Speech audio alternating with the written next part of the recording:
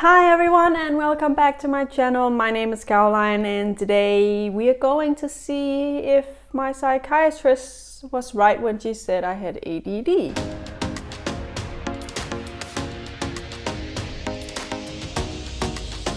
So I found out that you can actually take online tests that indicates whether or not you have ADD/ADHD.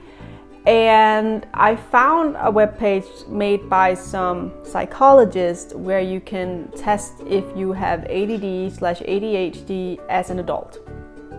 And I've been diagnosed, and I am pretty sure that I do have ADD, especially because the medicine is working. But I thought it could be fun to see what an online test would say versus my psychiatrist.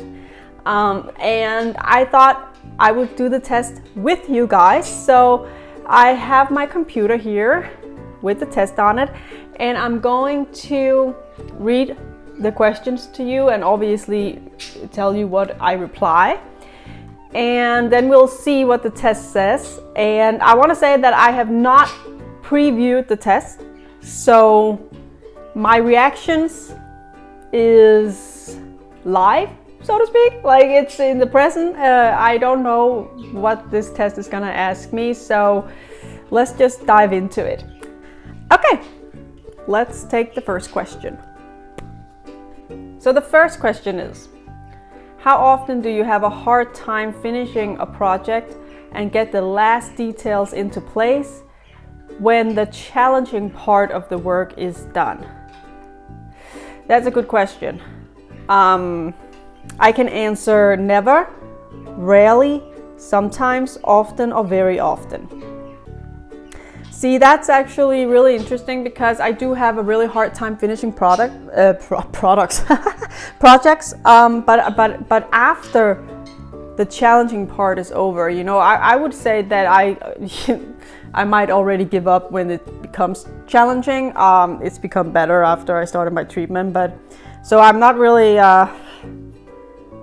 sure that, like, after the challenging part is over, I'm not really sure about that. But you know, I'm gonna say often. So I'm gonna push often here. And whoops. The next question.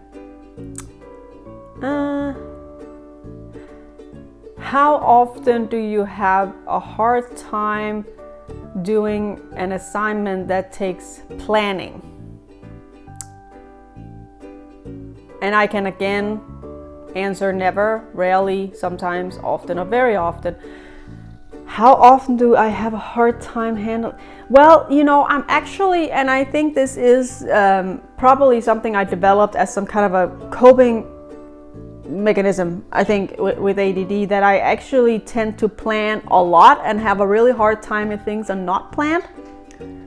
But at the same time, I also know that if as example at work, I pretty much structure and plan my own day.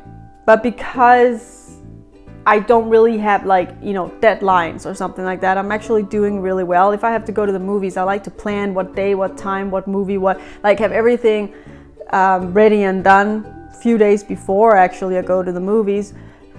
But that's where I don't have deadlines. I don't have to go to the movies, you know. So I'm thinking that this question is more in the case of, well, you have a task at work that has to be finished within the next 10 days, and in order to do it, you need to so on, you know. And I think something like that, or you are having, you know, maybe you are having a big birthday party or something like that. You have to do the invitations, you have to be ready with the food and everything, and like I'm thinking that's more the kind of planning they're thinking about, like where it's like with deadlines and certain things that has to be done at certain points. And in that case, I would have to say probably very often, because if I can structure everything myself and I don't have any deadlines, and I can do things the way I want to, I'm actually pretty good at planning. But if I have deadlines, if I can't do it just the way I want to, if I have to get certain things done at a certain point, and if I have to, maybe there's other people involved where I have to answer questions and stuff like that, I get extremely overwhelmed, and I get really stressed out, and it's not healthy for me in any kind of way. So I'm gonna say very often, because I can't do an assignment that requires planning if there is deadlines and if there's too much that needs to be done, and I really can't, I don't have 100% control over it. I get really stressed. So I'm gonna say very often. And next one, how often do you have problem remembering dates or other things you should remember? Well, again, it's never, rarely, sometimes, often, and very often. And I would actually say that before I started taking my medicine, I hardly forgot anything. It's actually kind of weird, but I didn't. I could remember if I had a hospital appointment 6 months in the future, I could remember that.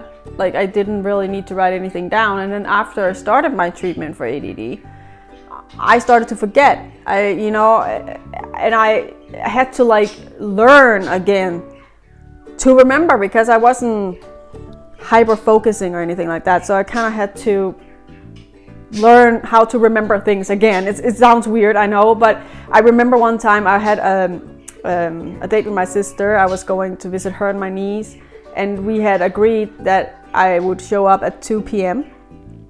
And then I'm driving towards her house, and I'm realizing that it's not 1:30 p.m., it's 12:30 p.m. So I'm an hour early. And I call my sister and I'm like, I don't know why I can't tell the time. This was when I just started my treatment, right? And I was like, but I'm coming, is it okay that I'm coming like an hour before? And she was like, yeah, she's just home. My niece was sleeping, so yeah, taking a nap. And I was like, oh, okay, and one time I almost forgot my appointment with my psychotherapist, because I messed up the times. It was really weird. So if I should think before my ADD diagnosis, I would have to say rarely. I rarely forgot. That's kind of interesting. So let's take the next question. How often do you avoid or postpone an assignment that takes a lot of considerations?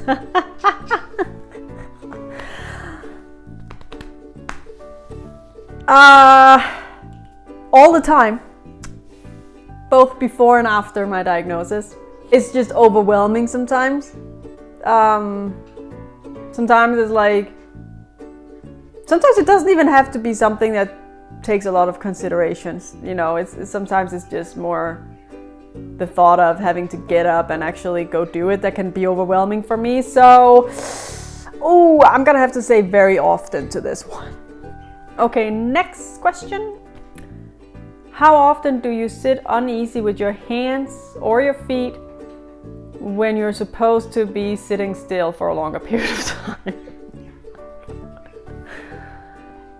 Again, both before and after my diagnosis, I do that. Even when I'm supposed to fall asleep, I can get this uneasiness in my body, and I will literally just be like this with my foot underneath my cupboard. I would be like this with my foot.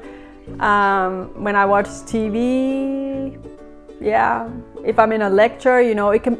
I don't know if you do have ADD or ADHD. You might know this if you are sitting in a lecture where you have to pay attention for a long period of time, and it's not really something that's that interesting to you. For real, it's almost painful. And I have a really hard time sitting still. When technology became a thing and we were having computers in class and stuff, I would be looking at Facebook and YouTube videos with no sound on of people cooking or something. Literally, I have a really hard time. I still have a hard time sitting still and just listening for a longer period of time. I really do. Yeah, I really do. So I'm gonna say very often. Okay, this next one is interesting. How often do you feel overactive and having to do things as if you were driven by an inner motor?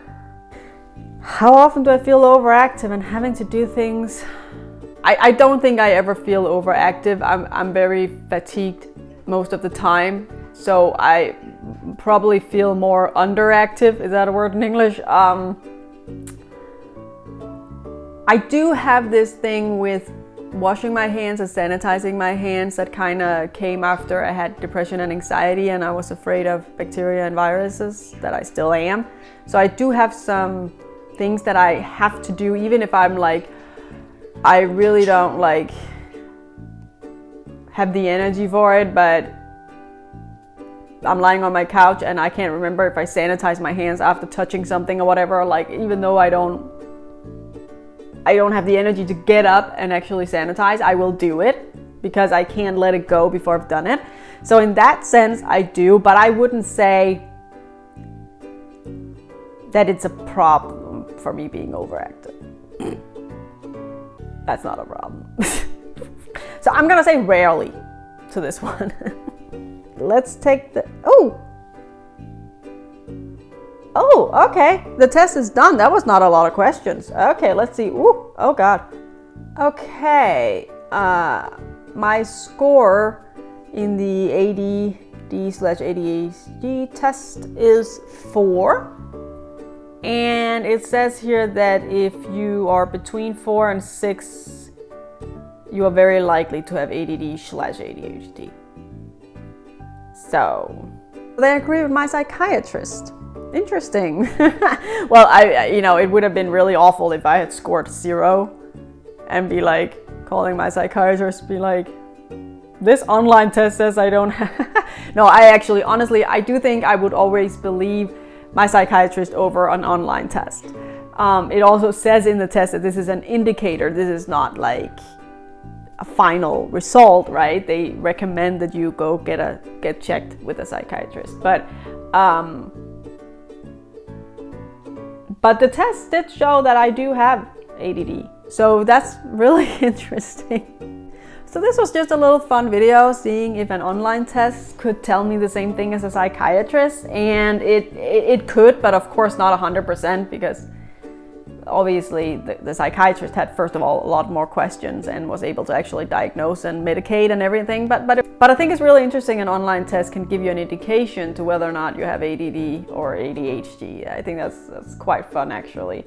I hope you enjoyed the video, and don't forget to subscribe to my channel and like this video, turn on notifications. You can also go follow me on my Instagram that is called The Art of Being Ill, just like my YouTube channel. And also don't forget that if you want to help me do some market research on what the chronic illness community needs when it comes to avoiding and handling medical gaslighting, you can sign up for an interview where I will ask you some questions about medical gaslighting and your experience with it, so that I can create the perfect program so that we can all start avoiding medical gaslighting and handling it when it happens to us. I will put a link in the description down below where you can sign up for an appointment where we can talk about medical gaslighting. It is of course free. The only thing I'm asking for is your time and your honesty. So I really hope you will help me with that, and have a blessed rest of the day, and I will see you next time right here on my channel, The Art of Being Ill.